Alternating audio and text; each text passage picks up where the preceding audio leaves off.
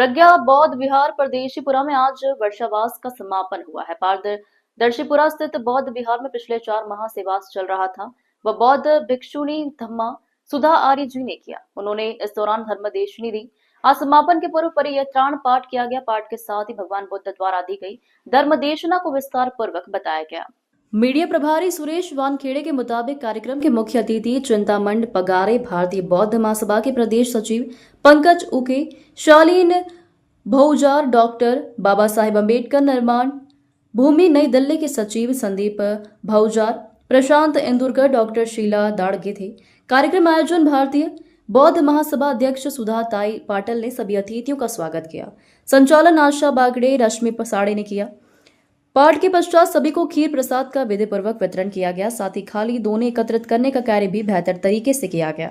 आयोजन में सर्वश्री आयु राहुल मेश्राम, बाबूलाल गजभिये, उज्जवल शेड़े, अशोक साखरे, विजय नंदेश्वर, बालकृष्ण गजभिये, सुभाष पांतावने, प्रभाकर बागड़े, सविता शेड़े, संगीता घरड़े, संगीता दहीकर, दीपक काटेकर, दिलीप काटेकर सहित बड़ी संख्या में समाज बंधु शामिल हुए।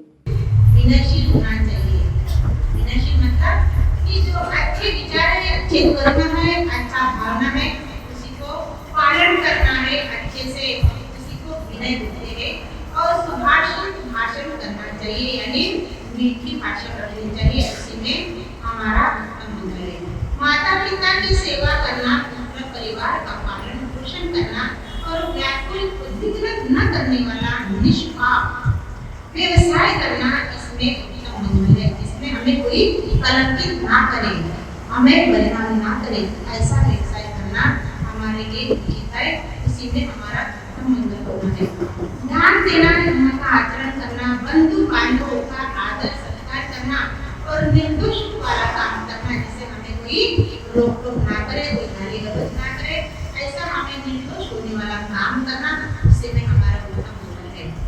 मन, शरीर तथा वचनों से पाप को त्यागना है। अष्टशील का मतलब होता है मन, शरीर, वचनों को त्यागना, यानी शुद्ध विचार रखना, शुद्ध मन रखना और शुद्ध कार्य करना। तभी हमारे अविचार यानी कि पाप कर्म कम हो जाएंगे त्याग करने से, और मद्यपान न करना और धार्मिक कार्यों में तत्पर रहना। भगवान को सब जो भी लोग भगवान के पास आए थे मंगल कामना करने के लिए उनको बता रहे हैं, तो इसी में सभी का मंगल है। सबका गौरव करना, नम्र होकर संतुष्ट रहना, कृतज्ञ होना, यानी कि कुछ भी है हमारे पास उसमें हम हंस के जीना है। दुख भी है तो हंस के जीना है, सुख भी है तो हंस के जीना है। एक कृतज्ञता रहना है हमारे लिए और उनके लिए, और उचित समय पर धर्म श्रवण करना ही उत्तम मंगल है। क्षमाशील होना, आज्ञाकारी होना, श्रमों का दर्शन देना। क्षमाशील मतलब किसी ने अगर गलती भी की हो तो हमारे मन में उनके प्रति क्रोध नहीं आना चाहिए, उसे प्यार से समझना चाहिए, तभी हमारे मन में क्षमा भावना, मैत्री, करुणा, दया लगेगी। और आज्ञाकारी होना, छोटा हो या बड़ा हो, कोई किसी ने किसी को काम बता दिया तो उसमें हमारा आज्ञा मानना चाहिए। मैं बड़ा हूँ तो मैं नहीं करूँगा, मैं छोटा हूँ तो क्यों करूँ, ये भावना नहीं आना चाहिए। आज्ञाकारी होना और श्रमणों का दर्शन करना, यही उचित धर्म चर्चा करना ही उत्तम मंगल है।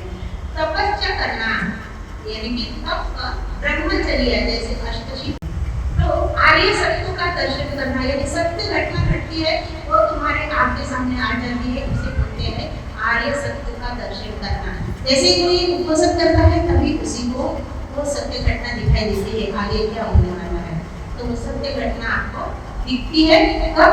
जब हमारा मन, शरीर, चित्त शुद्ध होता है और हम आर्य सत्य का दर्शन करते हैं, तब हमें ये पता होता है। तो उसके लिए दर्शन और निर्माण का शास्त्रकार होना। निर्माण मतलब इसी जन्म में हमारा राग, द्वेष, मोह, ईर्ष्या, वासना, तृष्णा, ये सब थोड़ा थोड़ा कम होता है और शांति मन के अंदर महसूस होती है। हमारे जीवन में हम इसका एक क्षण भी कभी कभी लेते हैं, लेकिन समझना नहीं आता है कि हम क्या कर रहे हैं। तो जो शांति आती है, एक सेकंड के लिए उपलब्धि होती है, वो जो ध्यान करते रहते हैं उनके लिए होती है। जो विचलित मन होता है उनका नहीं होता है, शांत